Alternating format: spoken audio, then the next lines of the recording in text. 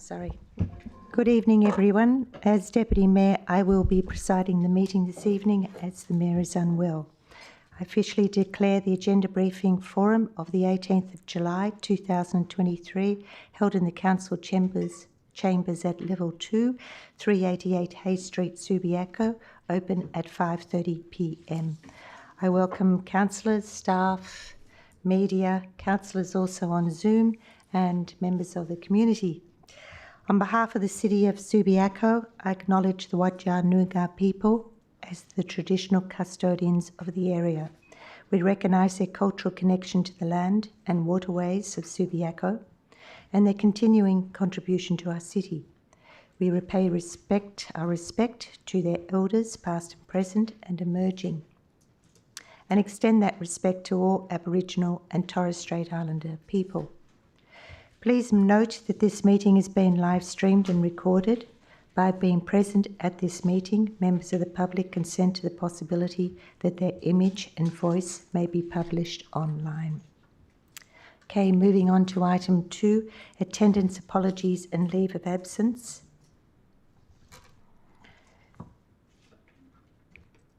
We have apologies from Mayor David McMullen and apologies from Lynette Solomons of Director of Business Improvement. There are nil leave of absence.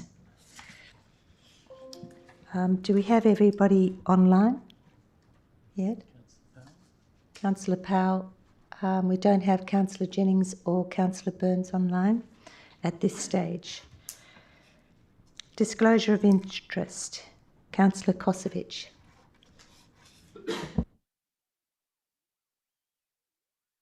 Thank you, Acting Mayor. In relation to 23 Olive Street, I declare an impartiality interest under Clause 22, Subsection 2 of the Code of Conduct for Council members, committee members and candidates. In that, prior to being a member of Council, I have lodged objections as a citizen against the various iterations of development plans for the site. I further acknowledge that I will be able to assess 23 Olive Street as it relates to 263, 277 and 17 to 19 Olive Street. Hay Street was the first one, fairly tonight. Thank you.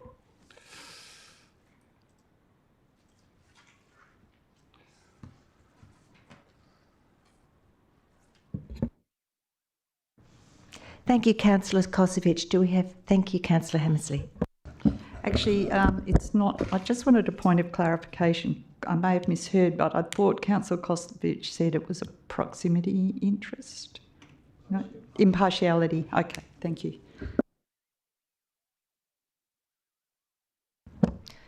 Are there any other conflicts of interest? Thank you. Moving on to approved deputations, there are none. And announcements by the presiding member, there is none. Moving on to item 6, the officer reports. Just a reminder, this is for discussion only. And we move to C1, which is number 9 Luth Avenue, Daglish, and the Charles Stokes Reserve, a 3-storey grouped dwelling on page 2. Any questions? Thank you, Councillor Kosovich. Thank you, Acting Mayor. The question goes to Director of Community Services.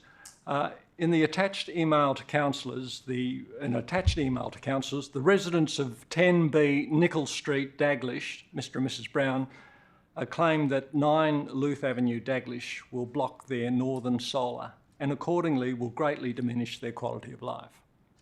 My question is, what impact will this proposed development at 9 Luth Avenue Street, Daglish, have on the long-time elderly residents of 10B Nicholl Street, Daglish, given their serious concerns that they will lose all their northern light? Importantly, what percentage of overshadowing will fall onto the Browns' home during the critical winter months? And the final part of the question is, in relation to these concerns, what assurances has staff been able to provide to the Browns regarding this 3-storey development, please? Thank you. Thank you, and through you, presiding member. Thank you for the question, and we absolutely understand the concerns of community members with regard to overshadowing. Now, in this instance, the land of 9 Luth and 10B Nickel is zoned residential R60 and is 300 metres squared in size.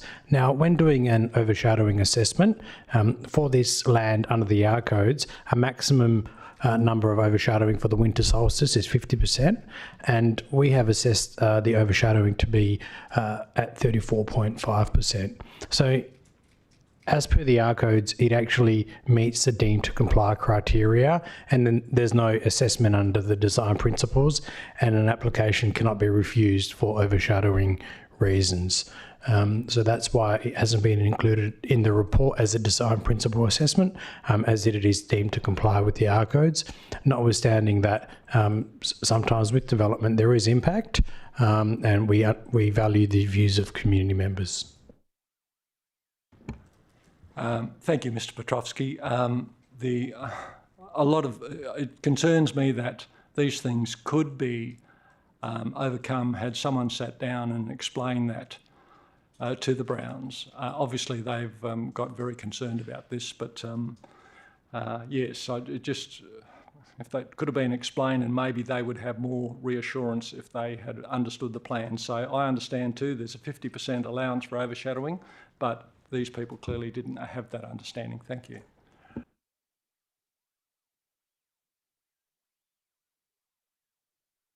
Thank you, and through you, presiding member.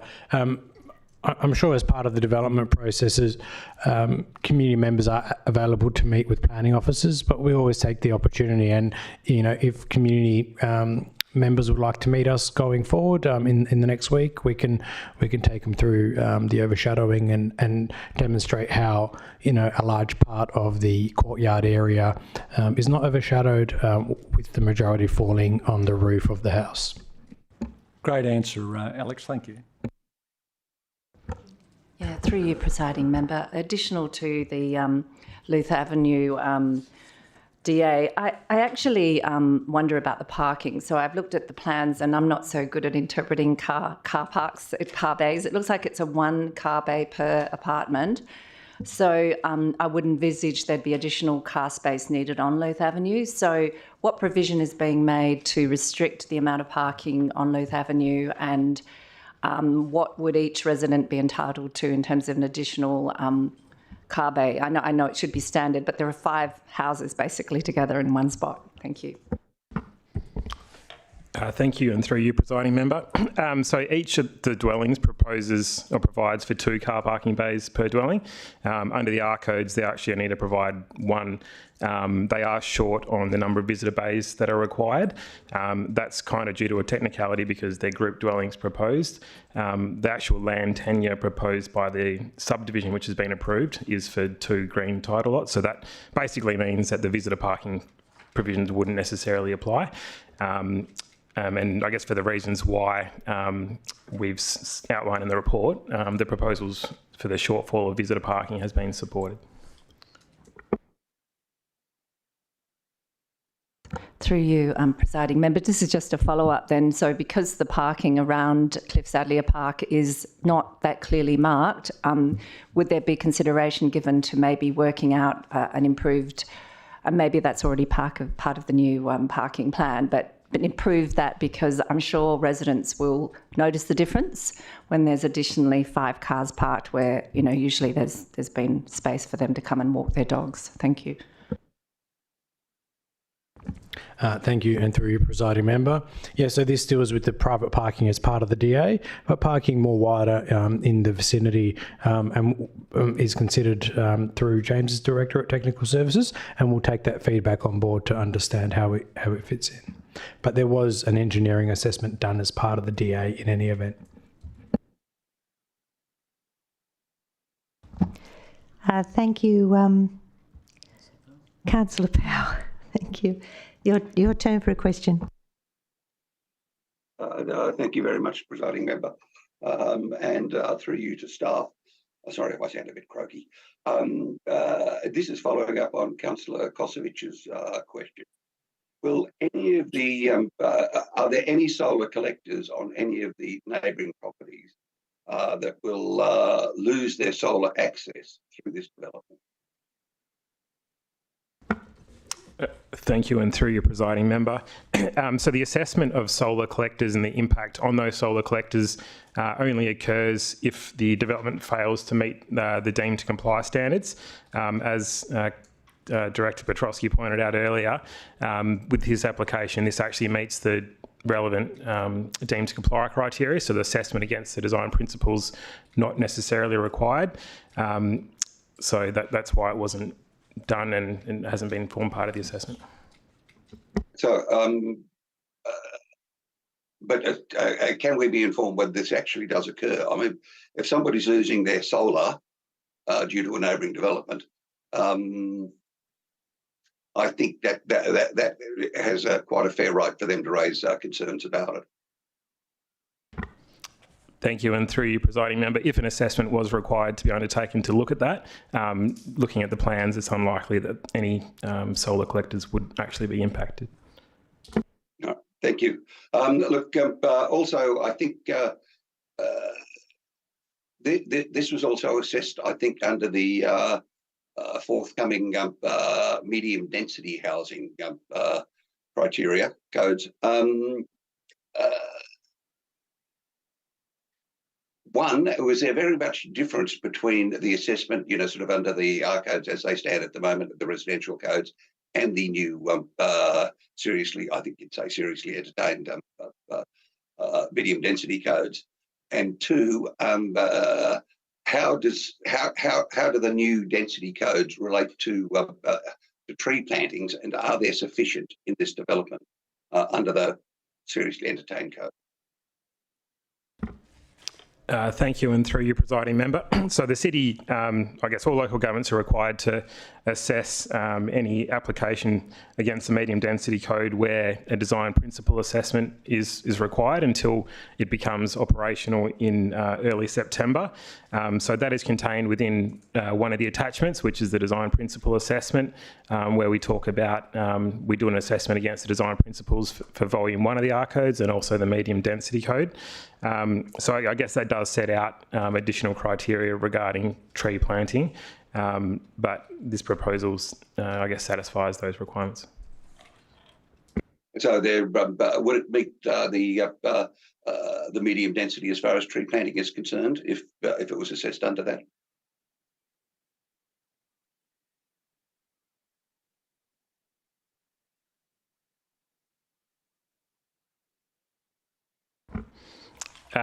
Thank you, and through your presiding member. So the assessment was undertaken in relation to landscaping, not necessarily the tree planting, but the proposal does comply in terms of tree planting under the current applicable provisions of Volume 1.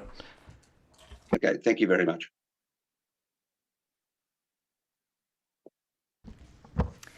Okay, thank you. I have a question. I'd just like to further clarify the visitor parking for this development. So I assume, given that there are 5 grouped dwellings, there would be at least one visitor parking permit per dwelling.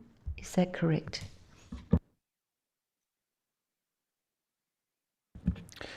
Thank you, and through you, presiding member, we don't consider visitor parking permits at this stage. So this is only a DA, and visitor parking permits are considered with a separate policy. I'm not sure if the Director of Technical Services will have the information on hand, or if we can take the question about what the parking permits might be in the future on board and provide you a response later on.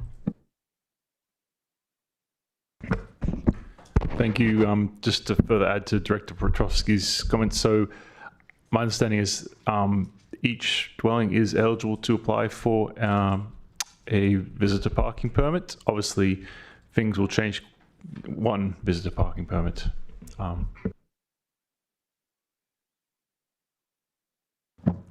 Thank you. I appreciate it's not part of the DA. However, it's part of a consideration when we put 5 developments on one block of land. That would normally take one development.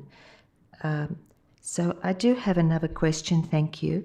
and that is there car parking, and maybe Councillor De Vries may be the best person to answer this, is there actually car parking on both sides of Luce Avenue?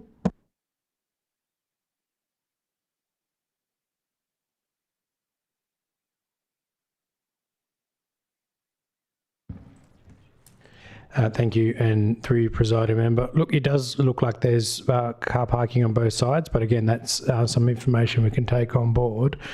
This is introducing a style of development that is trying to increase some density, and it is in a terrace style as well. So most terraces that you would see in and around Subiaco don't provide for visitor car parking. So it is difficult to include that in that type of development. Once a subdivision is actually approved, there will be zero requirements for visitor car parking. The subdivision just needs to be enacted, and that's been considered in the report as well. Any further questions? Yes, thank you, Councillor De Vries. Excuse me, Deputy Here you are. Mayor. Sorry, I'm not sure whether you know that I'm here. I did join at 5:32, but I'm not sure if anyone saw that, or I'm not sure if I'm showing up on the screen. That's all. I don't want to show on the screen. I just want you to know that I'm here, and I joined at 5:32. Thanks. Thank you, Councillor Jennings. I did inquire after you and welcome, and I noticed that Councillor Burns has also come on board. Do either one of you have questions? We're just on C1. Do you have a question on C1? If not, we will move on to Councillor De Vries, who has one. Thank you. Yeah, through you, presiding member. Again, this kind of relates to giving the message to the residents who've expressed concern about the overshadowing. One of the things that I faced difficulty with was reading reports.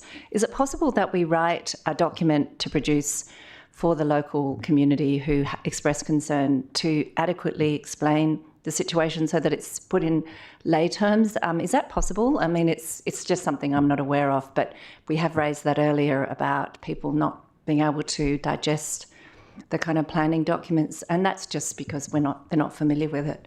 Sorry, excuse me. Thank you, and through you, presiding member. So there's a few things we do. We do offer people who have concerns an opportunity to come and speak to officers so they can actually get a better understanding face to face and explain things in person, essentially, and sometimes that's really useful. We have actually updated our reports recently to provide a bit more of an explanation about how the art codes works, and we've tried to reduce the amount of jargon in there, so it's quite clear. We do understand that, you know, the first time you're looking at a planning process, it can be a lot to take in.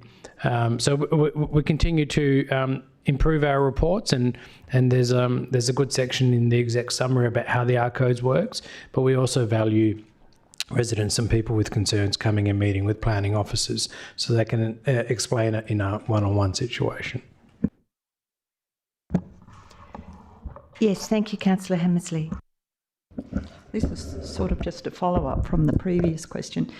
Is this, am I correct, is this the second R60 that we've had since TPS 5 in this, in Daglish, or Daglish and Jolimont? Thank you, and through you, presiding member. Yeah, I think the first one was 8 Nickel, which is the rear of this property to the south.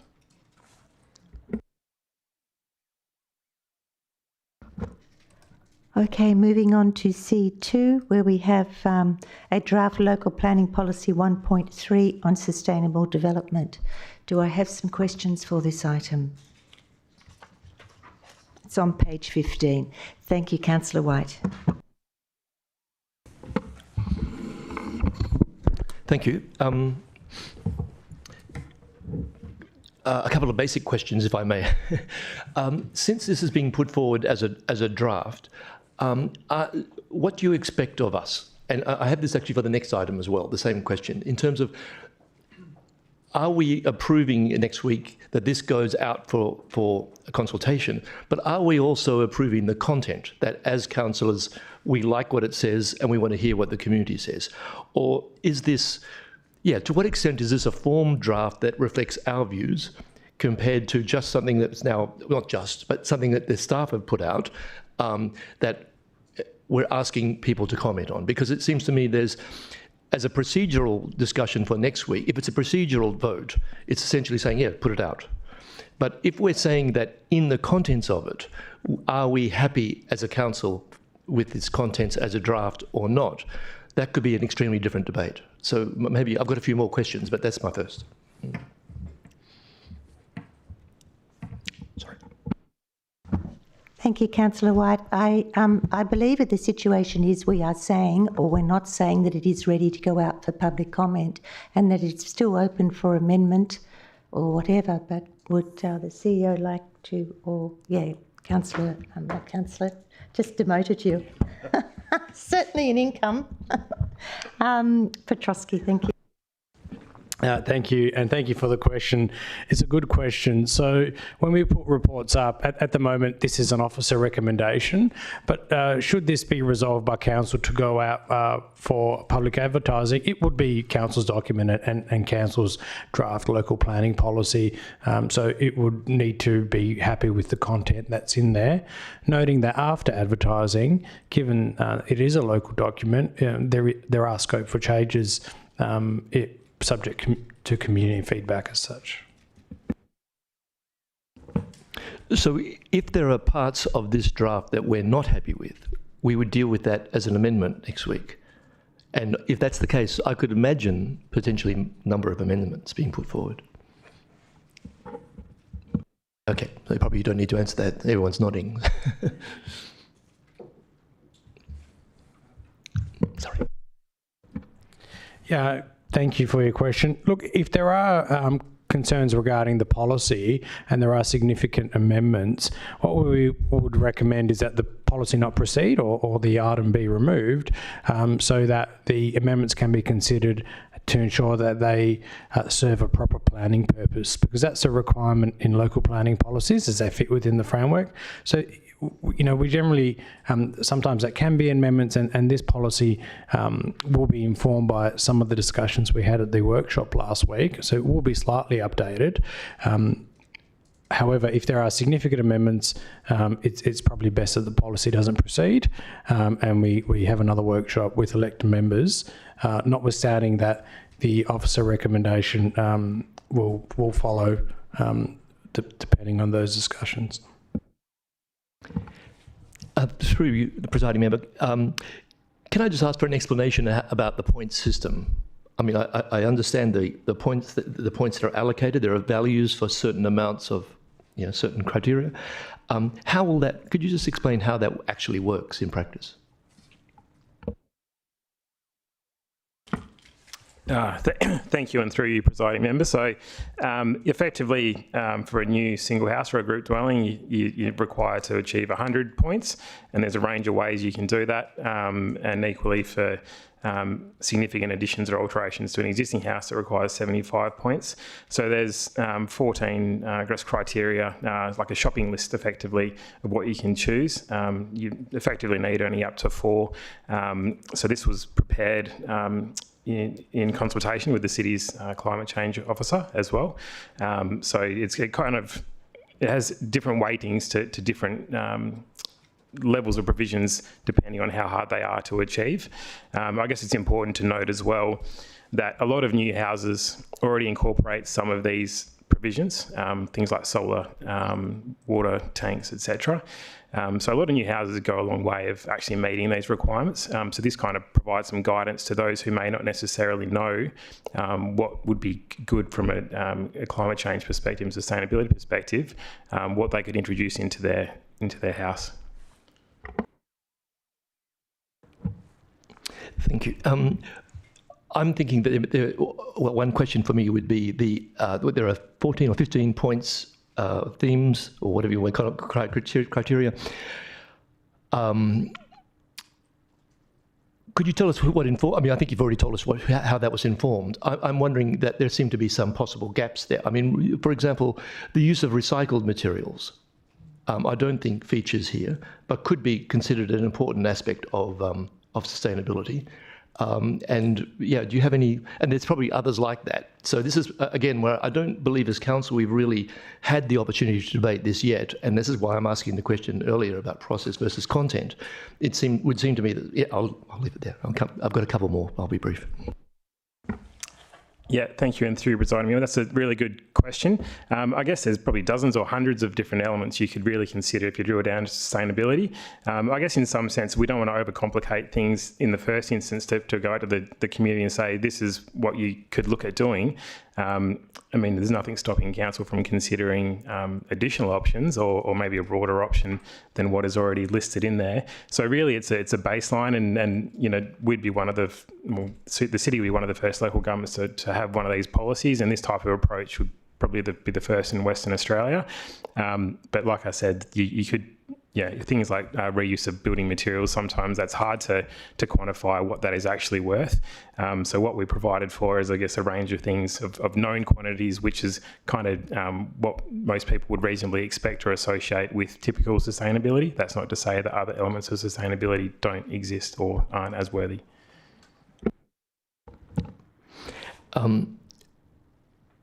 I would agree with that, and it would seem to me that what would be important part of the policy could therefore be a mechanism by which people could bring forward something like that, which does speak, it may not be listed in the list, it may not, but some mechanism through which council could be under this policy, whether this could be considered. So again, I think it would be very difficult. You're right, it could be an endless list, but there could be new advances in various building technologies, etc. But yeah, so it just seems to me this is again maybe something that we should consider as a council in a content form for that. I just want to draw attention, I think we're all familiar with it around the table, but just more public attention to the issue of trees. Two things is that it's notable that this is talking about the use of trees on private land and suggesting that there can be points earned by retaining a tree or even planting a new Indigenous tree.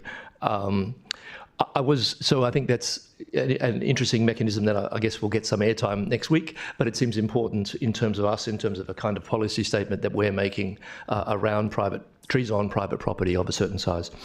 I was somewhat intrigued, and I'd be interested if you have any comments on this. So the notion of getting 50 points for a mature tree, I'm not too sure what defines a mature tree, under 10 metres. How much under 10 metres could it be to get 50 points? You know, again, there seems to be some ambiguity there about just the point system for something like this, and maybe it's the arborist report that would dictate that. But again, it just seems that we need to be having a mechanism which does assign points and various values, but is also somewhat responsive to the development that's being proposed. I'm not trying to make a debate, I'm just trying to raise those issues. I'll leave it at that in case there's comment. Yes. Thank you, and through your presiding member. Yeah, so I guess with the retention of the trees, and it does say under 10 metres, I guess there's a range of different tree types. Some are native, some are introduced. So this was prepared in conjunction with the city's parks department. So they kind of recommended these are generally good criteria to consider it against.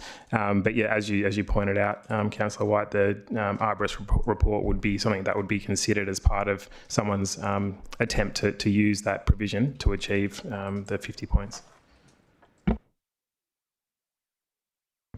Thank you, Councillor Jennings. Thank you, Deputy Mayor.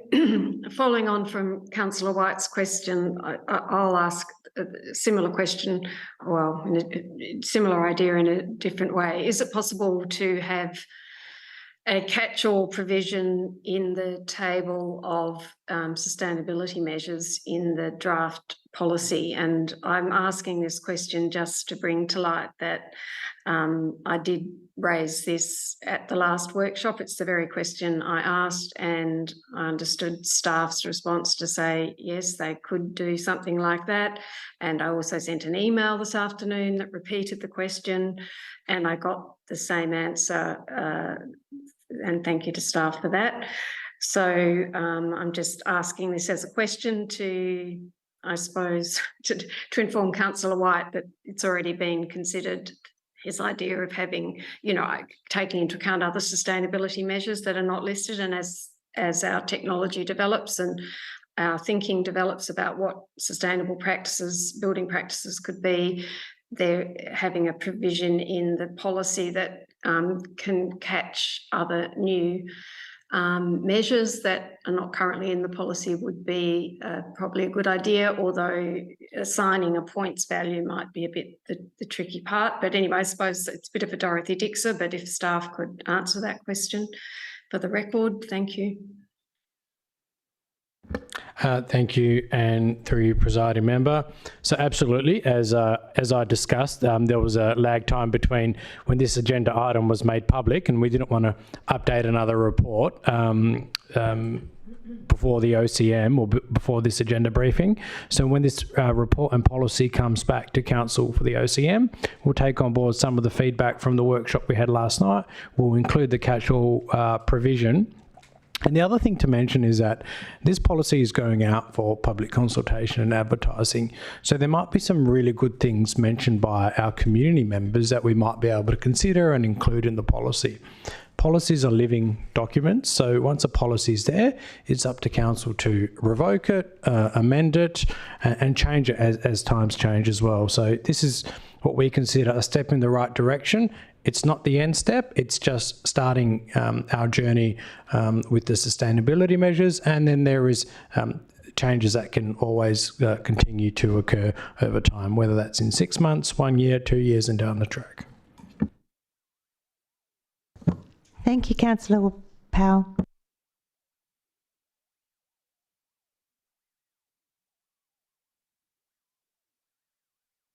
Hello, thank you. Look, I'm sorry I missed last week's workshop due to illness, so this question may have been asked. But look, if somebody has a set of plans that are entirely compliant and they come along to council, are they going to be told, well, their plans won't be accepted until they've reached this 100 points, even if their plans are entirely within the R codes?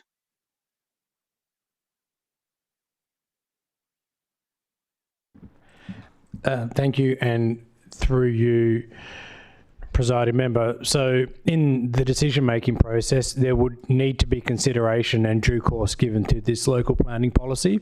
So it would apply in any event, and I haven't seen a all deemed to comply house. While it is a possibility in Subiaco, it is difficult here. So even if there was that possibility, council and officers considering the application will need to consider the policy and give it due regard as well. If I can just follow on that. The local planning policies, they cannot overrule the R codes, can they? They don't supersede them at all, can they? So I'm asking really how this can be enforced if something is within the R codes. Thank you, and through you, presiding member. So this sits on as an addition to the R codes, essentially.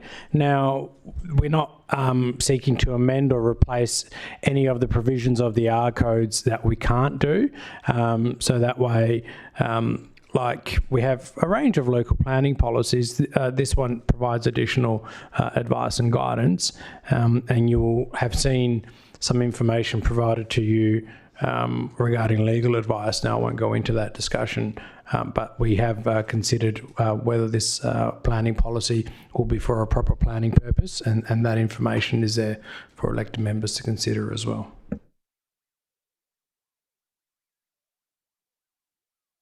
Okay, look, I take your point, nor do I want to go into the legal advice, but it's just with a due regard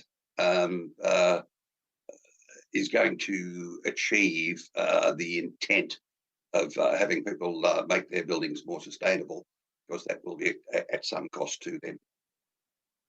If you could just offer a comment on that. Thank you, and through you, presiding member. So this policy will mainly apply for single house and group dwellings and additions to those. So most of those developments, or all of those developments, will generally come to council for consideration. So it is then up to council to consider what weight it places on the due regard and the sustainability measures in that policy. If someone does not agree with that, there is always, like any planning provision, an ability to seek a review at the State Administrative Tribunal. But we feel that with our strategic planning framework behind it and the policy measures that we're developing, to have a strong case in the policy provision. And just one final one in regard to, if it's not coming to council, how would this be regarded under delegated authority? Thank you. And through you, presiding member, as any policies are considered under delegated authority. So our policy, all officers considering proposals will implement the policy, and if there needs to be any at all discretion applied, it will be considered appropriately within the merits of the proposal. So just like any planning assessment that occurs.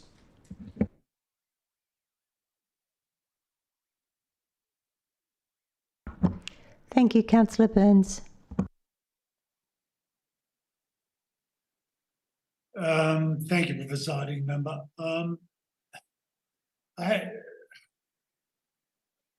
think I'm going to ask to get more clarity, Councillor Power's questions again. With regards to the correlation between when Councillor Power raised the issue of something deemed to comply, then it's in my language, it's an override. And if I take it correctly, the response from the director was, well, we don't see things that are deemed to comply. Well, and I'm not trying to debate, but it's moving to the question. I'm dealing on with one in Netherlands right now. It's a 5-unit development, and it deems to go. The neighbours hate it, and it deems to comply down to the letter of the law. And there's absolutely bunkum they can say about it. So, would the director agree that there is a problem here? And when you set policies, all right, and policies are discretionary, and all you're doing is forcing people off to the administration. To SAT. So could I have more clarity, with regards to this? Because it's like we're doing it, but we don't expect any to, the answer I'm hearing, and I'd like to be told I'm wrong, is we're doing it, but we really don't expect to have any problems about it. Is that what you're saying? Because it's not black and white, to me anyway. So unless you want to tell me it's black and white, if it's in the grey area, say it's great. There will be, there will be problems. Thank you. Thank you, and through you, presiding member. So under the planning regulations, a local government may prepare a local planning policy in respect to any matter related to planning and development. And a local planning policy needs to be based on sound town planning principles. It can address strategic and operational considerations. So that all ties into your planning framework. We are not amending the deemed to comply criteria of the R codes. That is separate planning policies which do that to make development fit within the Subiaco context. This is in addition to that. So this is not written in law, so there is, scope to change or apply discretion to planning proposals that do come in, and that's how all local planning policies operate. So just because it can be varied doesn't mean it should be, but it should be considered, all applications should be considered on merit. So if there is a really good reason to vary the policy, then that may be a recommendation. However, this planning policy will come into force like all of the city's planning policies, and due regard is not just something to be dismissed. It needs proper, genuine and realistic consideration, and that has been a decision of the tribunal handed down, to use those terms. Look, we'll deal with this in debate, but I don't find that, I'm not trying to be disrespectful, but I don't see an answer, to my question. But we'll deal with it at next Tuesday. Thank you very much.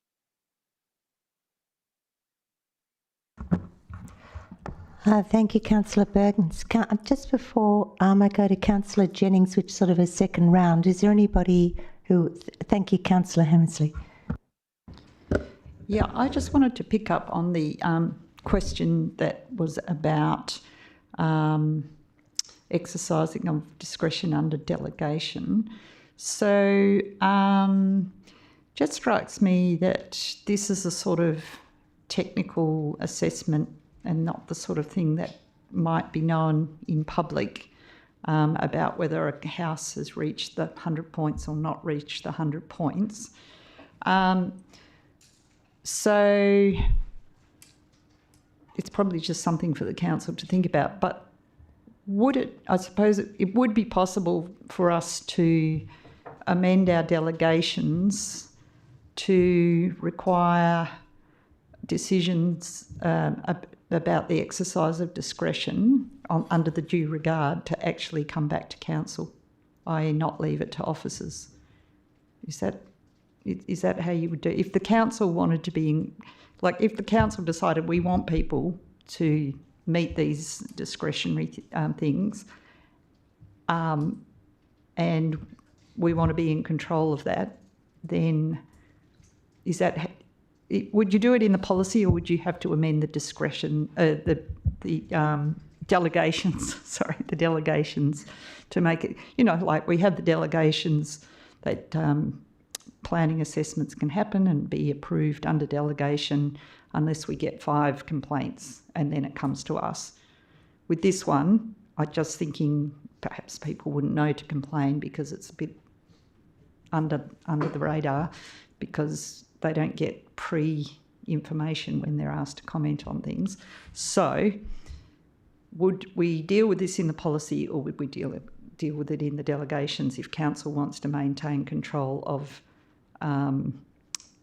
taking that due regard step and considering on merits whether something that doesn't meet the policy ought to still be approved?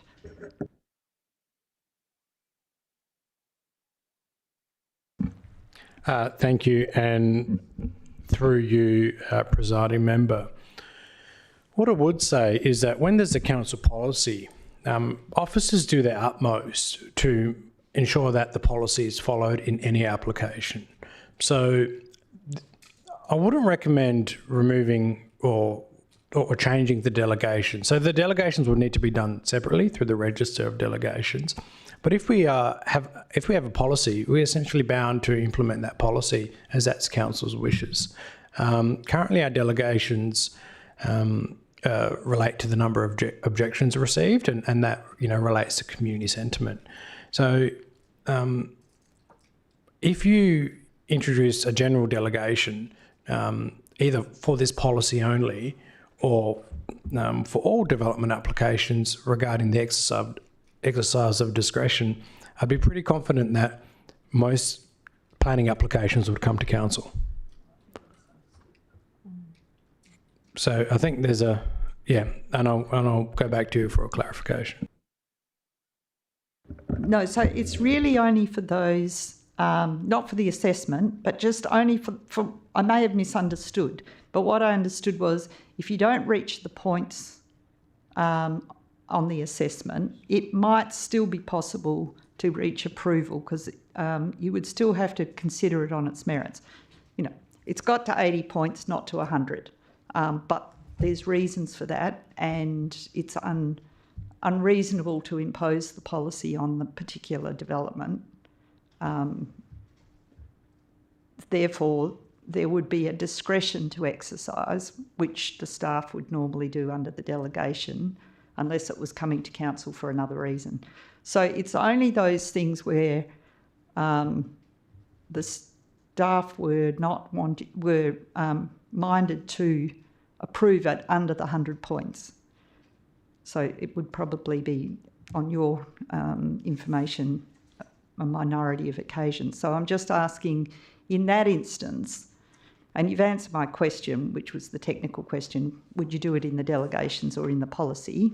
I think it's the delegations, but it's probably a good thing to talk about practically, you know, because it's just if the council is concerned about environmental issues, and I don't doubt the staff are as well, I think we have that in common, but it's just that thing of if you make that, I mean, if you don't make the 100, who should make the decision? And that's a decision for us.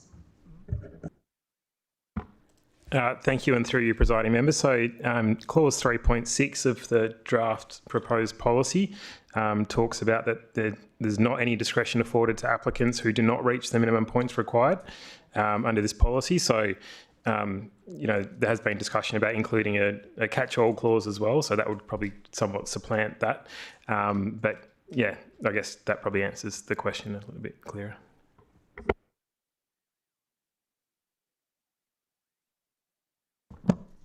Thank you, Councillor Jennings. Thank you, Deputy Mayor. Just in going back to this point about approval being required for deemed to comply, where if we got the situation where a development was completely deemed to comply, the R codes state that approval for single houses is a development approval is not required for single houses. That is subtext where they meet the deemed to comply requirements unless the scheme requires that. And so my question would be, I presume our scheme does require a development approval in all cases. And then in that case, that is how you can bring in the policy, because it's if they're proper planning considerations, then you can put those requirements in as conditions. So is that the case, that our planning scheme does require development approval for all developments, despite what the R codes say that is it not required? Thanks. Thank you, and through you, presiding member. So when he talks about development approval in the scheme and the R codes, what it really refers to is the regulations, deemed provisions, which are read into our scheme. Now, the way that we've built our scheme is that the bar for development is much higher than you would see in an average scheme in and around Perth. So because of our local planning policies amending the deemed to comply requirements of the R codes, it's really, really difficult to have an exempt development. Now, there is that small possibility that a development is exempt from all the provisions of the R codes, and as they are amended by our planning scheme, that a DA is not required. That is extremely rare, just in most circumstances, but particularly in Subiaco and inner city areas. So if that was the case, then there'd be no application for a DA. So we wouldn't be able to assess any DA with this policy. If you wanted this policy to apply, you would need to actually try to amend the scheme through the state government to require all applications meet the test of this policy. So if the policy does go through, I guess that's a scheme amendment we could consider exploring. Notwithstanding, I'm not too sure what the state government would recommend in that regard. Yeah, so hopefully that answers your question. Can I just continue on, please, presiding member? Yes. Thank you. Thank you for that answer, Director. Yeah, so I think you have answered the question, but just to clarify, so our scheme doesn't have a specific provision that says notwithstanding it might meet, you know, the requirements of the R code or whatever, and all the other things that you still have to have you still require a development approval. I don't remember seeing that in the scheme myself, but I just wanted to. So just to clarify, we haven't got such a provision in our scheme, and I'm not suggesting we should have. I just want to know. Thank you. Thank you, through you, presiding member. That's correct. We don't have a catch-all provision that requires a DA for single houses, for example.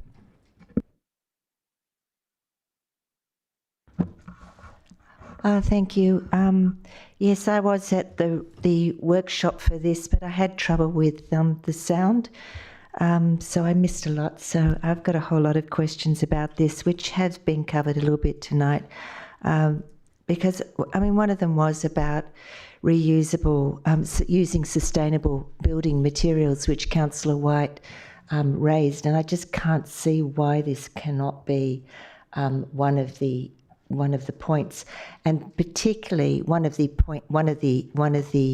items that would earn points, particularly too if, for example, they demolished a home and then incorporated a number of the building materials from that home. So that's one question. Perhaps you can answer that. Thank you. Yeah, thank you, and through you, presiding member, I think I did comment on this one earlier. There's probably hundreds or thousands of different sustainability measures which you could include. It is somewhat difficult to reference every single option that there is available. If council was of the mind to include a provision that related to sustainable building material, would have to give consideration how much that would be worth in terms of points. I guess the hard thing with that is, the amount of that could vary quite drastically. If someone's looking to just, say recycle the front facade of their former house and just the bricks, is that worth more than someone recycling wooden, the timber floors of their house? So that's where you need to have some sort of metric associated with that, and that's why we've, I guess, geared the policy the way it is, because there's kind of measurable metrics attached to each particular provision. But it could be done, for example, by a percentage, couldn't it? Say 20% of the home had recyclable, sustainable material. So that's a question. Could it be done by a percentage? Could that be a way to approach it? Thank you. I think it's difficult without seeing what the provision is to understand it. This would need to be provided and considered with the planning test and how it's actually achieved. This policy does look at NAITHR's ratings, and that rating system does look at sustainable materials as such. So most of those would be achieved through NAITHR's if that is considered. Now, if a policy goes to make something so unreasonable and expensive that it's difficult to achieve, then that policy provision will likely not have effect in a planning sense. So what I would recommend is that if there are significant changes such as this, then they would need to be considered, understood what they could look like, and understood what their reasonable cost is. Because if you're imposing a condition that significantly increases the cost of a development, it may fail the test of reasonableness. So any measure needs to be considered with those planning principles attached. Thank you. But I understand that there is a choice of items, so it could be from 1 to 20. There's no imposing on any one of those items to meet the criteria. Is that correct? Thank you, and through you, presiding member. Yeah, that's correct. Notwithstanding that it's a choice, you should still make those choices achievable and appropriate. The next question is about retention of the tree. There could be a situation in where a significant tree is retained, and to the point that the whole design of the home encompasses that tree. And in such regard, to me that would be worth 100 points straight out if they achieve that. And so I wondered, whereas just the retention of a tree worth 25 points, just doesn't stack up to a full design encompassing a tree. So would something like that also be considered? Thank you, and through you, presiding member. Perhaps a design like that could be considered, and should that come out from elected members or some direction to consider how the retention of the tree and the design of a house around the tree would be considered 100 points. It's something that we can look into, whether that happens now or during the public consultation process. We can absolutely have a look into that. The other parts in that just bring into my mind is if that tree is retained and the house is around it, how that tree might survive, or what the cost is, or what the engineering will actually allow once it get to building permit stage. So there are a number of things to consider, and if we look into that further, that could be something that becomes 100 points or different. Thank you. Can you give me an example of, or a few examples of a permeable driveway? Thank you, and through you, presiding member. Yes, we don't get too many of these proposed in Subiaco. There was a number that I saw when I was working at Fremantle. There's different types of materials and technologies that can be used, but effectively, I guess, traditional driveways are brick paved or another similar material, and the water is collected in soak wells. With permeable paving, it allows water to transfer instead of just being collected in soak wells. So it can be better for native vegetation in the locality, etc. But there's a range of technologies that can be used. There's a couple of images of the CEO showing. But the materials can change and differ as well. But effectively, there's a definition in the draft policy about what a permeable driveway is as well. So there's a range of ways to do it.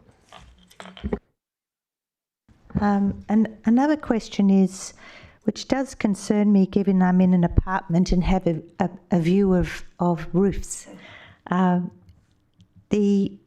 And this is lighter roof colour, because I'd like to avoid just everybody doing a white and silver roof. It's just awful as a viewscape. So what do you mean by a lighter roof colour?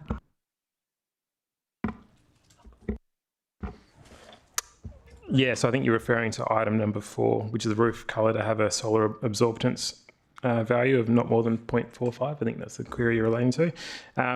So I guess roof reflectivity, council used to have a policy on it. I think it was rescinded in 2018 or 2017 from memory. Over time, I guess if it's like a light coloured roof or a zinc aluminum type roof, normally the shine comes off it after a period of time. So it may have some issue on neighbouring properties for a period of time, but it tends to fall away.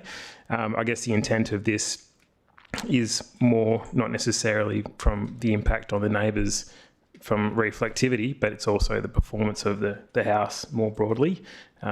This was actually one item that the city's climate change officer said was probably one of the most, I guess, significant, and that's why we included it in the shopping list that people don't always think of.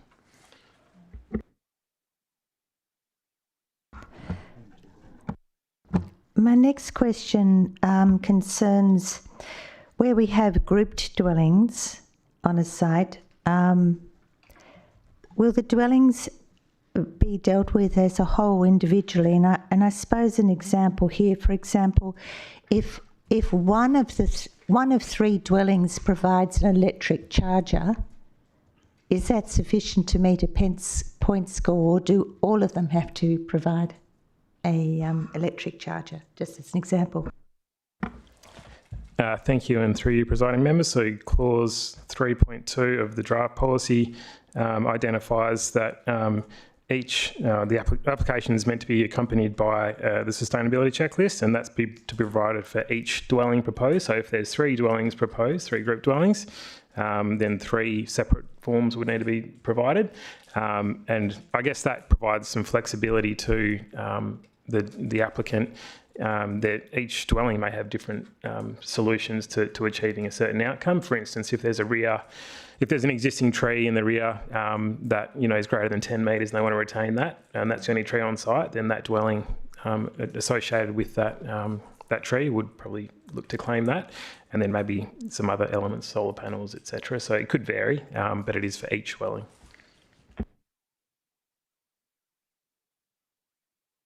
The next issue is solar panels. So they're put up as a sustainable item, and yet their disposal is not sustainable at all. So, we've got to tread carefully on something like this. And has that been considered? And I was just drawn to a headline, for example, which was put out by South Australia University, and only in March 2023, solar industry feeling the heat over disposal of 80 million panels. So would you like to comment on that? Thank you. Thank you, and through you, presiding member. So I guess that particular aspect of it wasn't necessarily considered in the formulation of the policy. So I guess where this sits under is under the theme of solar efficiency, to do with power. There are significant advantages in having solar panel that is well orientated and can drastically reduce one's power bills. I've got it myself at home and it works exceptionally well. But I guess there has been some discussions recently, and I've seen the articles about the issues. I think it's not with all solar panels, it's within certain types of solar panels from certain companies and certain technologies with that. That hasn't been looked at in any great level of detail. Solar panel systems generally tend to last for 10 to 15 years, and their efficiency tends to dwindle beyond that. But the benefits in terms of power usage to the broader community, and also the benefits to occupiers and residents, is significant. I'm wondering about the whether you've also considered the impact on streetscape, heritage streetscape of solar panels.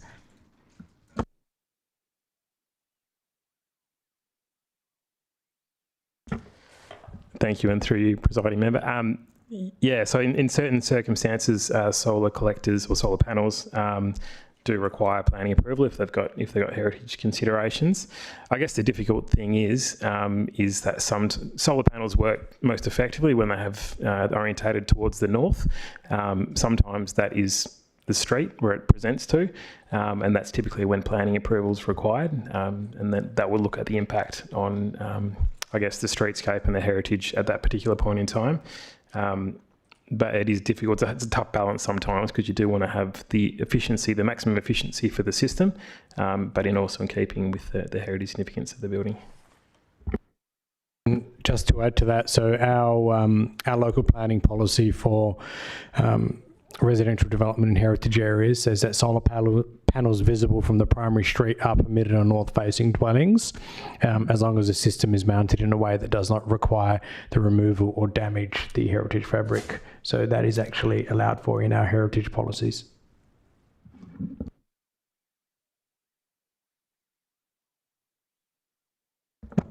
Do we have any more questions? Okay, thank you, Councillor De Vries, and then Councillor White. Yeah, through you, presiding member. This is just a question because I heard you mention the city has a climate change officer, which is very exciting. And it's just a question to ask, has the newly appointed climate change officer contributed a lot to this report? Thank you. Thank you, and through you, presiding member. This was our previous climate change officer, so we were developing that with her on board. We still use her in instances, but we're currently going through the recruitment process for a new officer. Yep. Yeah, just was any consideration given? This might sound pedantic, but I'll try and explain why. I hope I'm not coming across pedantic. Under definitions, there's no definition for sustainable development, and yet that's the name of the policy. And it's the reason why I don't think that's pedantic is that a lot of the issues being raised already bring about different kind of understanding of what sustainable development is. If you're trading off, household energy efficiency with long-term recyclability of a panel, or social consultation with batteries. These are different kinds of issues, and I'm wondering whether or not there was any consideration, or is it deliberately left that sustainable development is not defined in the definitions of the policy? Oh, and sorry, just as part of that, we have, I think, a sustainability policy as a council, but maybe we don't. But that's not referenced here. Thanks.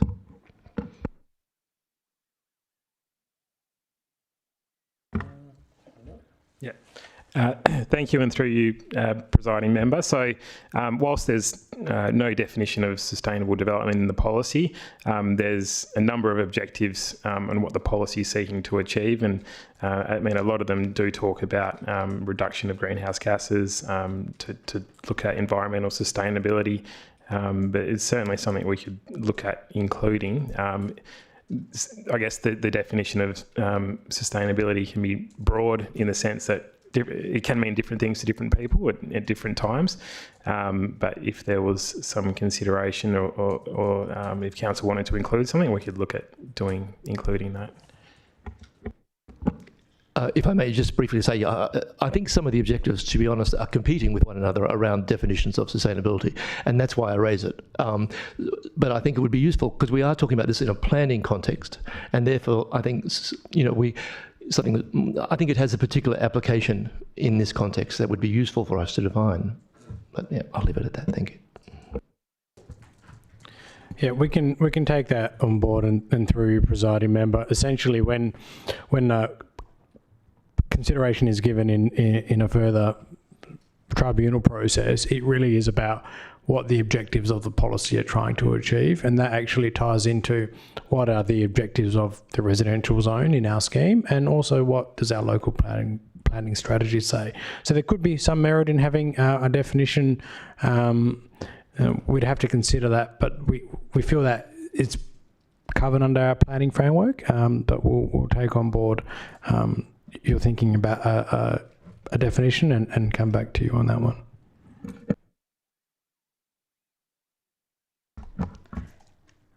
I have another question too, thank you, and it's about the planting of a new tree, which has to be a native.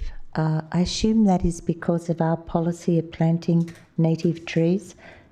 So that's part of my question. And the other point I just want to make was that at the Urban Forest Conference at Curtin Uni, they were actually, because of this polyphagus borer and other sort of tree viruses and so on, they were a bit concerned about just planting native trees, and instead they saw more appropriate and a variety of trees being used. So do we have to make it just a native tree? And also, it mightn't be possible to plant a native tree, but it could be possible to plant native garden, and yet that hasn't been incorporated. So could you comment on that, please? Thank you, and through you, presiding member. So I guess item 10 talks about retention of trees, and that doesn't specifically include native or introduced species. Yes, yeah. So that's under item 11 for new trees. That's why we do refer to it as native only. So what the advice from the Parks team is that retaining existing trees, whether they're native or introduced, still has benefits. But ideally, new trees going forward should all be native. They didn't provide any advice, I guess, or guidance on whether anything other than a tree should be provided, whether it's shrubs, etc. There is separate requirements under line item 9 for water-wise plants, which is something that could include shrubs that might be taken up by someone who was keen to do both. Is it possible where a planting of a new tree is not possible, that instead if they want to make a donation to planting a new tree elsewhere on the verge or in a park or so on, could that accrue points? Thank you. And through you, I'll have to consider that. We'll have to consider that one, because generally a planning provision should reflect that site. So if you're looking at having a more sustainable development in a residential sense, it really should be tying into that site or close proximity to. And in any event, I think the Parks Department are running out of public spaces to put new trees, that doesn't impact. So I mean, we can look at that one going forward, but I think we are really looking at the private realm here. Well, it doesn't have to be a park. We've got plenty of streets that still need plantings of trees. So, okay, is that finish that item? Thank you, everyone. We'll move on to the next item, which is item C3, the draft local development plan for the Coles Crossway precinct. Do we have any questions on this item?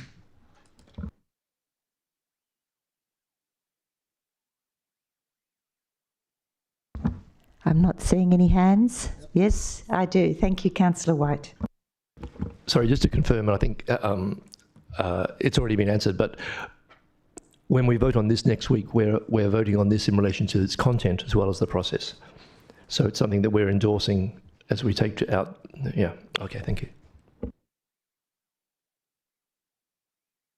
Councillor Powell, thank you. Yes, thank you, and through you, presiding member. Look, just in regard to the heights being proposed, and I think, up to 10 stories for crossways and 9 for Coles and 9 for the car park. I understood that there was going to be some sort of revision or review of that, especially as they're at the on the higher part of Rockaby Road. What has there been any reconsideration given to those heights or review of those proposed heights? Thank you, and through you, presiding member. So I guess since the last workshop, the elected members on this item, we've received advice from the city's heritage consultant, who's reviewed the proposal, including the heights of the Coles Crossways and the Barker Road sites in the context of the Rockaby Road heritage area, and they are supportive of the heights that are proposed. And I guess in turn, that has informed the heights that are proposed in the LDP. Okay, thank you. And look, just on the new road that's shown on the plan, where's the land going to come from for that road? Thank you, and through you, presiding member, I think you're referring to the north-south link, Councillor Power. So that'll be a combination of existing, I guess, right-of-way and laneway type access, and that would be widened in addition to taking of land or ceding of land from private land holdings in exchange for, I guess, development bonuses.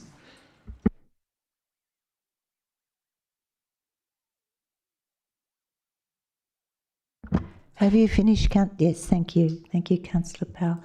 Thank you, Councillor White. Yes, just a detailed one. Is the officer recommendation presented as intended? It says that a draft plan is prepared, or I read that it's going to be prepared, but it's already prepared, isn't it? Is that correct phrasing? Yes, thank you for your question. Good question. That is the correct terminology under the planning regulations. The other option is for a private landowner to prepare one. So in that case, we would be adopting it. But given it's a local government, we are preparing one. So it's not an LDP until it's prepared as an LDP as such through a council resolution. Okay, so I mean, we have prepared the draft. Is the only point I'm making. We're not recommending it to be prepared. It's prepared. Now it's being advertised. Okay. So we've already done that bit. Yeah. Okay. I don't understand. Yeah, thank you, and through you, presiding member. Yeah, so the one attached, the draft LDP attached to this report would be the one that is prepared under the legislation. Thank you, Councillor Burns. Thank you, presiding member. Through you, let's just say that, would the administration accept that this proposal in its current form is completely predicated on really the participation of all but everybody, or at least one person in particular, or otherwise, it's all but just a furphy dreamland. I know I've said this before. I know it sounds rude, but I've got a lot of experience in this, and there is not enough incentive to push anybody to do this. And even if there was, right, it is such a complicated site, right? It's just not achievable. We're putting forward something. Even it says I'm not trying to debate. I'm just trying to get the staff to acknowledge, right, that can they or cannot they not see, right, that this is, just like a Hail Mary of a policy. Thank you, and through you, presiding member. In preparing plans for the future, there are a number of things, dependables, that are outside a government or the local government's control. So the best thing that you can do is prepare plans and policies into the future to try and shape and guide future development and provide a plan that can work and that does incentivise for redevelopment to occur. So in this instance, we feel that we have actually provided a plan at this stage which we feel could allow for redevelopment to occur into the future. There are two key redevelopment sites here, being the Coles and Crossways shopping centres. And the way that this plan has been prepared is that one or either can go before the other. So that was a consideration. And with most planning, it does really depend on what the private landowner appetite and willingness to do it is. So we feel that we are putting our best foot forward to assist with any redevelopment being consistent with what we would like to see in the town centre. Perhaps if I could just add as well, is as the director's quite rightly pointed out, you sort of can't force owners to do anything, but this process also allows for them to make submissions to assist council in terms of whether or not that incentivisation is correct or not. And so that's sort of just part of that process, and why these documents are quite often best done by the local government, but individuals can do them as well. So it was a council priority to progress this matter, which is before you for advertising, and one would hope that those that have an interest would provide commentary back to you to give you some insights as to whether or not it's appropriate to assist a development. Thank you for that, and I'll leave my further comments to debate on Tuesday. Thank you for your answers. Thank you, Councillor Burns. I would like to tease out further the height proposed on the Crossways site. I understood that staff at the time when we workshopped this, that a proposal of 10 stories in total, approximately 5 on top of a 5 podium, would be too high on top of the hill. It seems that you've gone and asked a heritage architect, Griffiths Architect, and I appreciate that that was that it may not impact on the Rockaby Road and Hay Street Heritage Precinct, but what about the impact across the road on the southern side? What about the Rupert Street Precinct, which I believe is also a heritage precinct? I worry about the shadow that could be cast right across that area. And has that been considered?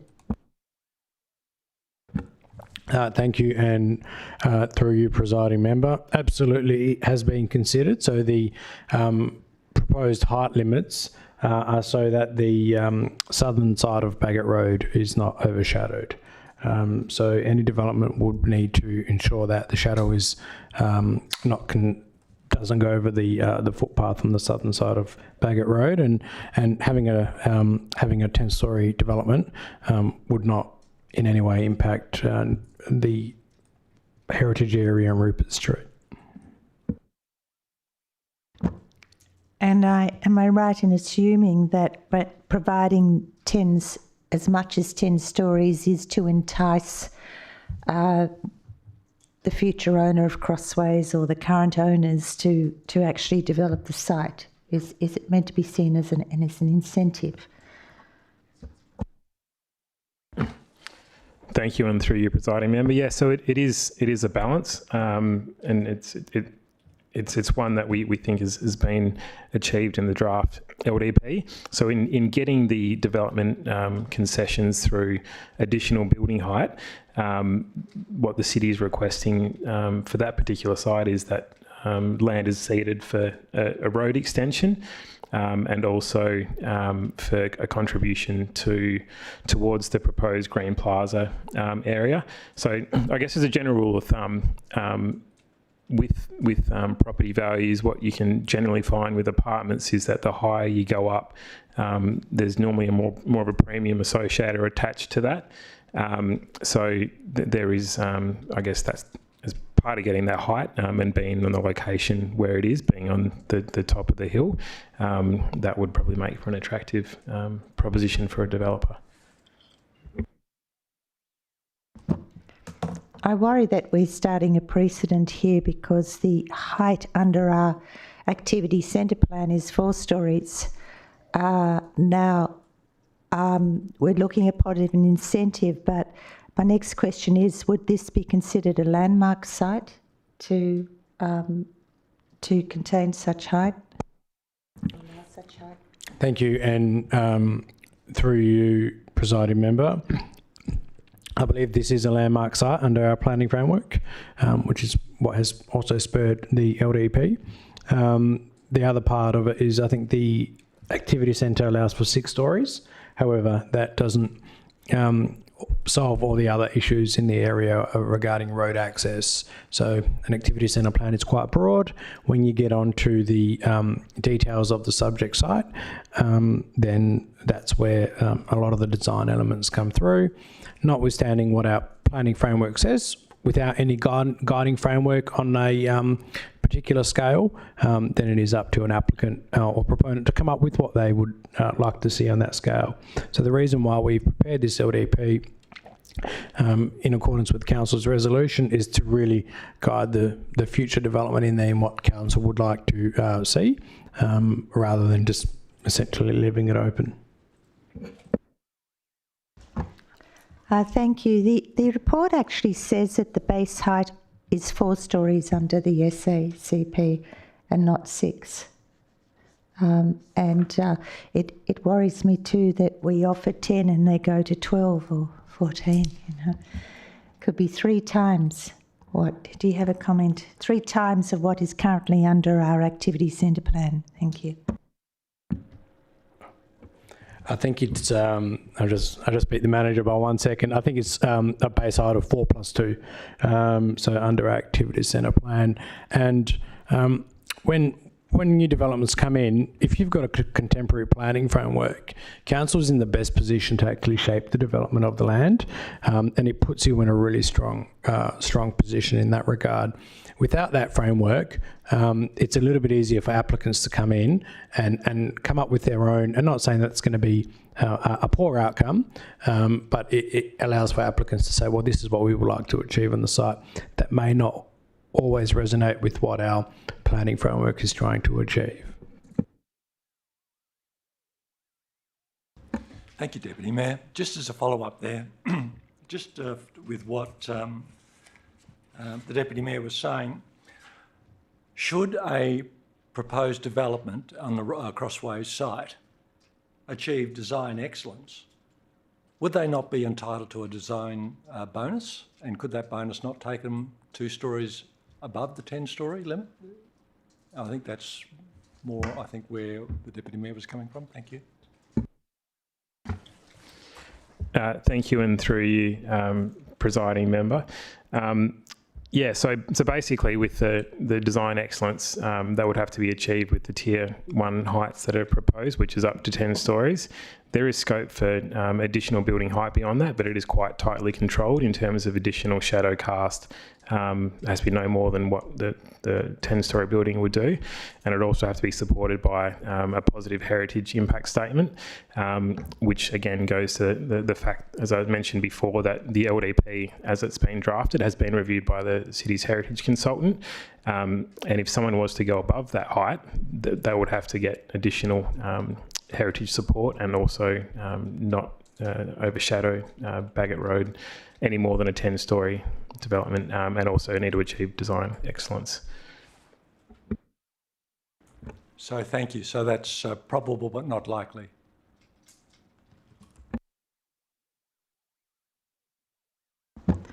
Thank you. Have we finished our questions on C3? No. Councillor Burns, thank you.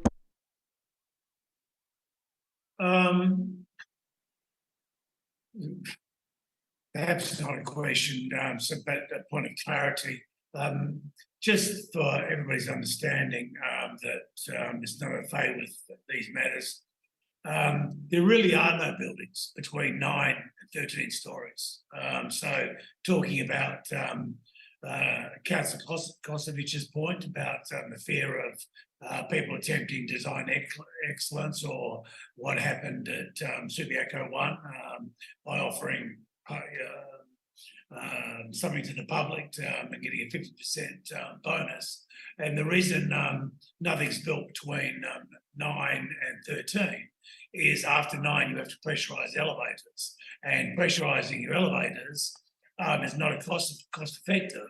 At 10 stories, 11 stories, or 12 stories, you got to get to 13 stories before it actually pays for itself. So you won't find buildings. So when people, I'm just making the point, when people are debating this and saying, well, what about 11 or 12? Well, there aren't any 11 or 12s, and unless the state and the nation changes its laws with regards to pressurising elevators for the fire brigade, then it's a moot point. Thank you. Thank you, Councillor Burns, and that you're correct that has been a historical element in the viability of buildings. However, that provision for the fire has changed over the probably about 2 years ago now.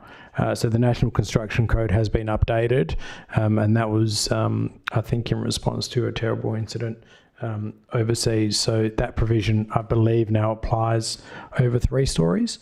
So perhaps the viability might change going into the future.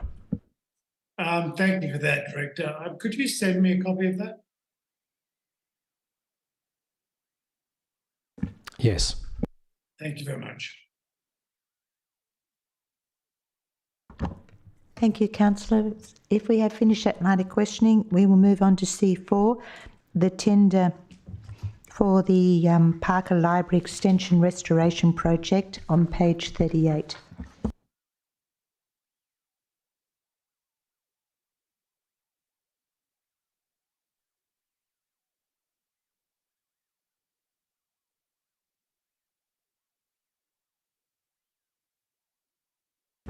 Thank you, Councillor Burns. Thank you, Presiding Member. Very quickly, I note that we only received 4 tenders and have a recommendation. I'm not personally aware of the administration's proposal on who to accept. Could I be enlightened either now, or I don't mind receiving it during the week, information with regard to this particular entity's ability and past experience with, and this is a pretty specialised restoration, just, what they're back, what exactly. I'm more concerned, I know we do it on a point system, but I'm more concerned about their direct background on, how many of these have they done, been done before, etc. I don't care to have it now, but I don't mind if it was sent out to myself or perhaps any other elected member that would like to read about it. I'd appreciate it.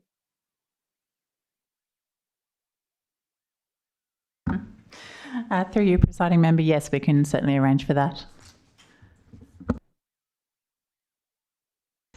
Councillor Jennings. Thank you. Councillor Jennings, thank you. Thank you, Deputy Mayor, and through you. I had earlier queried that Director Wollaston was the person who was fielding my queries about the planter boxes or the tree structures that were going to contain some new trees on the southern end of the library. And I'd queried whether they were a bit too close, given the problems we've had with existing trees being too close. And I think the director was going to sort of look into that some more. And I just wondered what was the outcome of that. Has the design and the location of those planter boxes and new trees been moved a bit further south away from the library? Thank you. Through you, presiding member, yes, we had discussed that at the time that you raised those questions, and I think that the Manager Commercial Services provided a suitable timeline in terms of when it would be appropriate to consider those plantings, and I think it was a little bit further down the track, but I might defer to the manager for further information. Thank you for the question, and through the Deputy Mayor, funnily enough, we actually anticipated this question, Councillor Jennings, so I'm glad you asked it.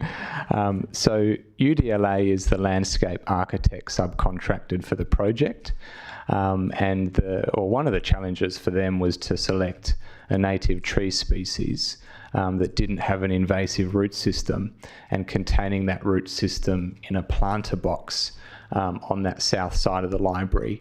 And so my understanding is that the current issues with the trees being so close, the way they propose to stop that from happening is to construct the planter boxes to contain the root system, and the tree species that they've recommended, and I hope I pronounce this correctly, is Eucalyptus cinerea. Which almost sounds a bit rude. I hope I did that justice. But my understanding is that it's a species with a non-invasive root system, and they would have considered aspects such as light, etc., in recommending that species. I hope that answers the question.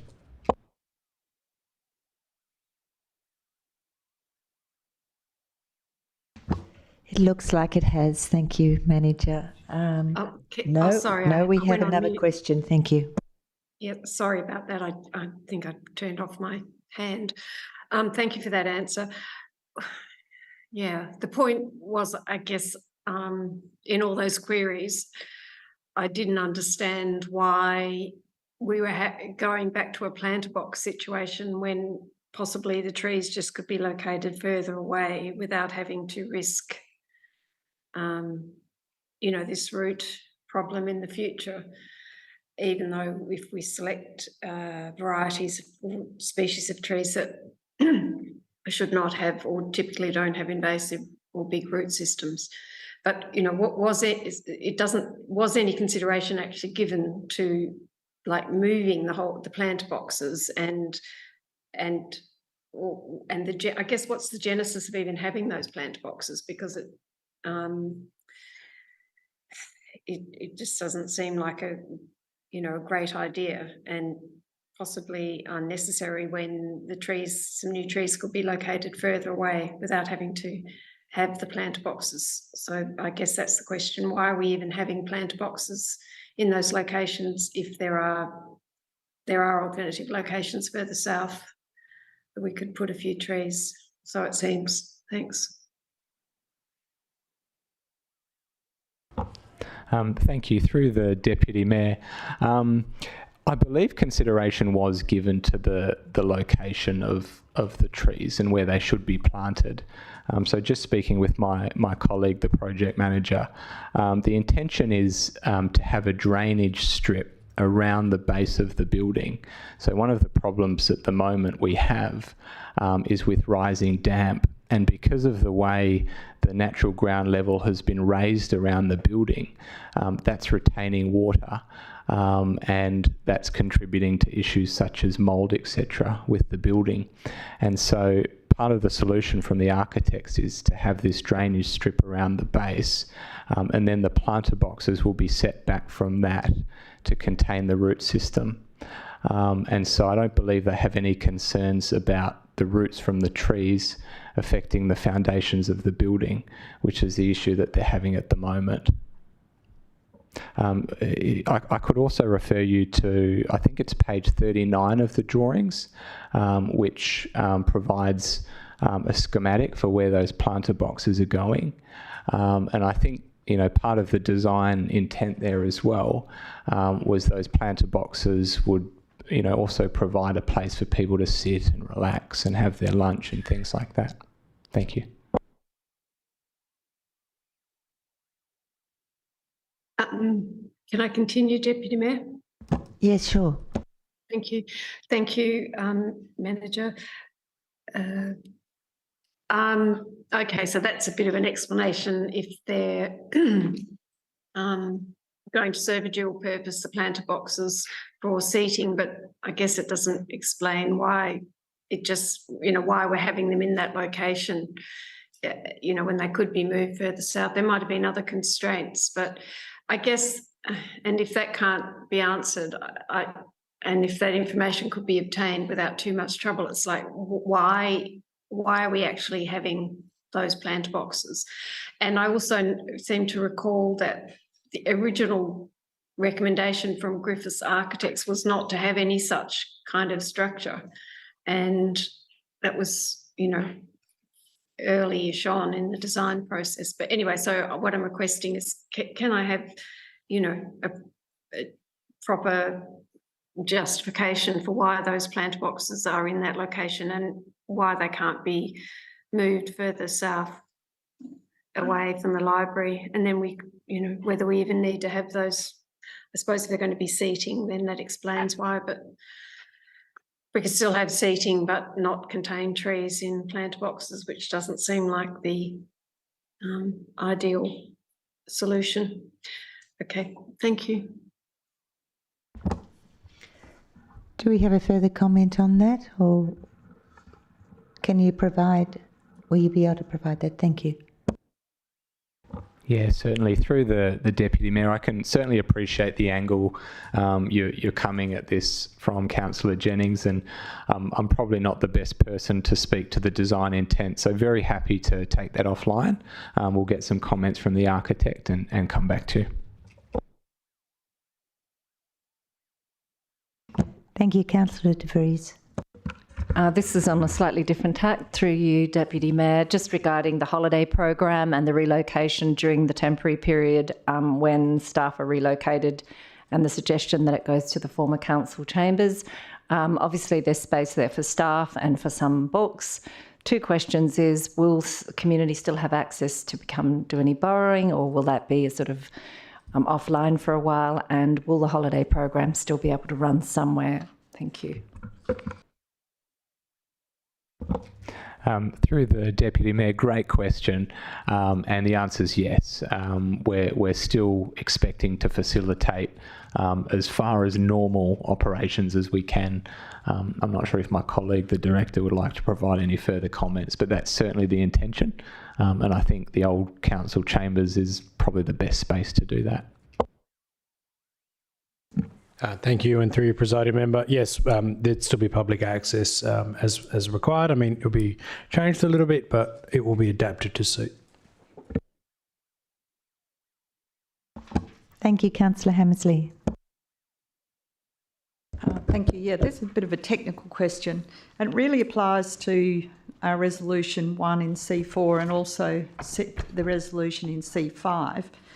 And I'm just wondering, technically, what the council, why the council's making these resolutions. And I ask that. The context is, it looks like we're being asked to approve the choice after a tender process and approve the spending in a way, which we've had this issue a month or two ago, a couple of months, which was raised by Councillor Stroud, this issue of signing off on something that you haven't seen. And I think we've had a preliminary discussion about it, but it seems there's not been any progress. And so I'm just wondering, why are we being asked to sign off on something that we haven't seen?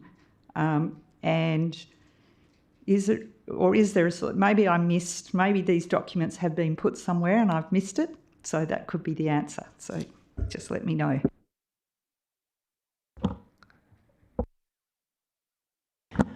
Through you, presiding member, yes, that's correct. The documents have been put somewhere, and I think that following conversations with the Deputy Mayor not very long before this meeting, we've realised that perhaps that wasn't evident to all of the elected members in terms of exactly where they are, but they are on the councillor portal, and I'll send an email to you all to make it really clear.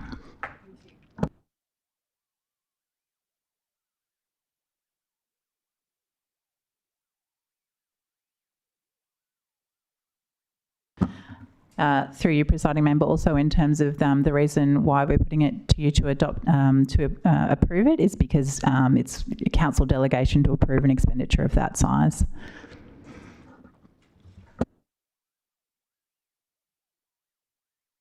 Yes, thank you. Apologies to jump in, but through the Deputy Mayor, just one further quick comment. Apologies, Councillor Hammersley, but you'd also be forgiven because it's been quite some time since this last came to Council. So it was in May last year that Council endorsed the concept to refurbish the library. Yeah, all cool with that? Yeah. Okay, awesome. Thank you. Apologies. See, a problem with the report with under the heading attachments it says there are no attachments to this report. So as a result, councillors aren't off looking for any, and I think that might have been part of the problem.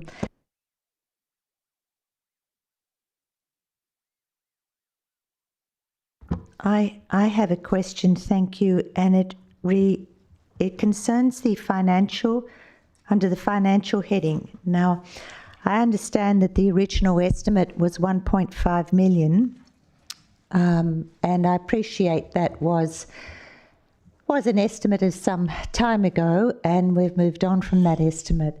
But what I'm interested in is did that estimate include at the time the refurbishment of the car park, which was approximately 48 or nearly 48,950 to be precise? Through you, Deputy Mayor, yes, I confirm that it did. Okay, so therefore, is it not true that the cost of the works has actually blown out to include that additional? No, actually, not to include that additional sum, because we're not going ahead and building that, are we? So you can see where I was getting at, but now I realise that we're not actually going ahead with that car park. So it is an amount that now we don't have to include into the cost. Okay, thank you. Apologies, through you, Deputy Mayor. Yes, I confirm that not doing the car park now would represent a cost saving. If we were to do that now, the cost would be slightly more, correct. Now, how fixed is this costing now? Thank you.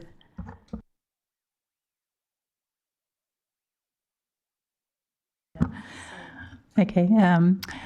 So through your presiding member, I gather that seeing as this has been a tender process and this has been the prices that has been submitted, then if we choose to follow, standard procurement process and accept the tender, that this would be the price and it would not usually be subject to negotiation, we could choose to refuse all tenders, and then we have some ability to negotiate if we deem the price to be unacceptable.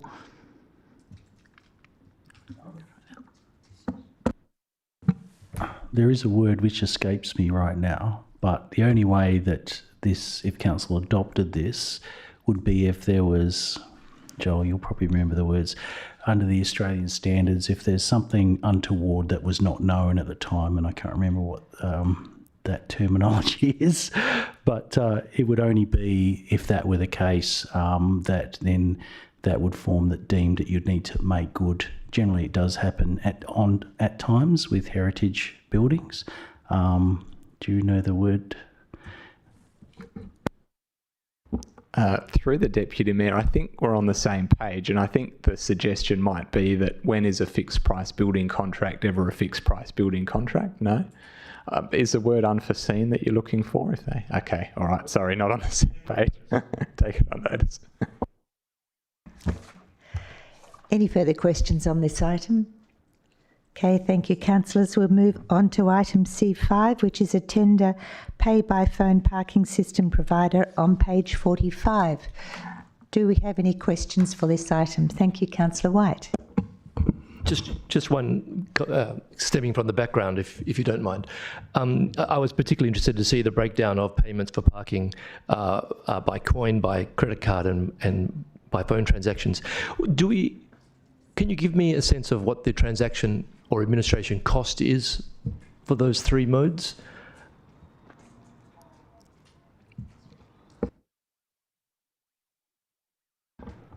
Through the Deputy Mayor, I'm just trying to understand the question, Councillor White. So you're thinking that the corporate overhead, what we would spend associated with each option?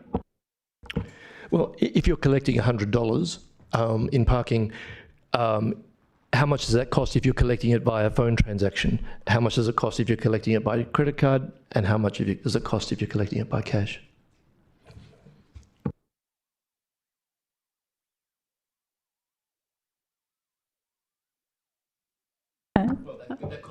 I can have a go through you, presiding member. So that we wouldn't have those figures on hand, but through the machine, it would be the cost of essentially administering those machines.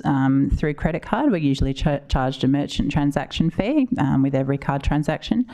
And by the pay-by-phone transactions, as I understand, the app provider charges a fee to the customer, but we do not incur any costs directly. So I don't have the specific numbers on hand, but I hope that gives an idea of the mechanics. So if I may, so that's phone transactions are cheaper than credit card for the city? Through you, presiding member, yes, that's correct. Yeah. Through the presiding member, I can add some colour to that as well.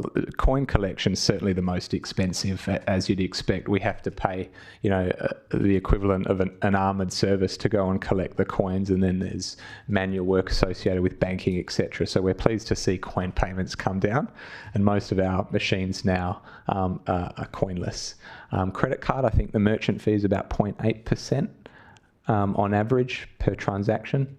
And so the payment gateway app is certainly the most cost effective. It doesn't cost us anything.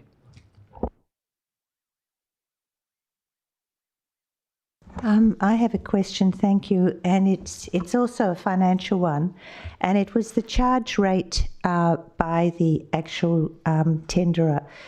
You suggested was between 0.09 to $1.50, and I wondered if that was a competitive rate. It didn't seem to be considered in terms of the assessment. And I also wondered if, what if Easy Park was to suddenly bump up that rate and we were no longer providing a very equitable service for our community? Who wants that question? Thank you. Through the Deputy Mayor, yeah, it's a fair question. I think the rate that they charge, the recommended supplier, is equivalent to 10% of the cost of the parking transaction. I think the lowest respondent was slightly cheaper than that.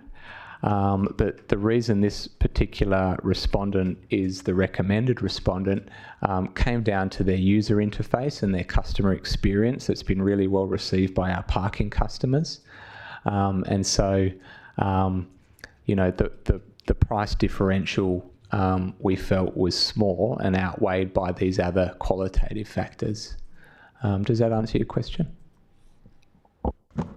Yes, it does. Thank you. And I can't imagine either our customers who are used to using the Easy Park and have downloaded the app and are in the habit of it, then come into the car park and find they're using a totally different system or app. That would be very inconvenient. So thank you. Anyone else for questions on this item? Thank you. Okay, moving on to item C6, financial statements and reports for the month ending the 31st of May. On page 48, do we have any questions for this item?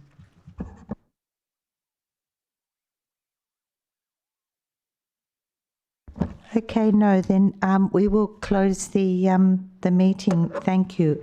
What that actually means is we, by closing this particular part of the briefing forum, we can still go to our confidential items, but instead, because we can't vote to do that, we will just close the meeting.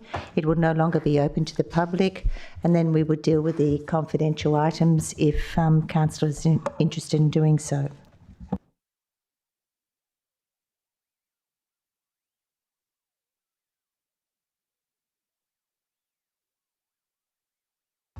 So the agenda meeting is closed at 7:20 p.m. Thank you.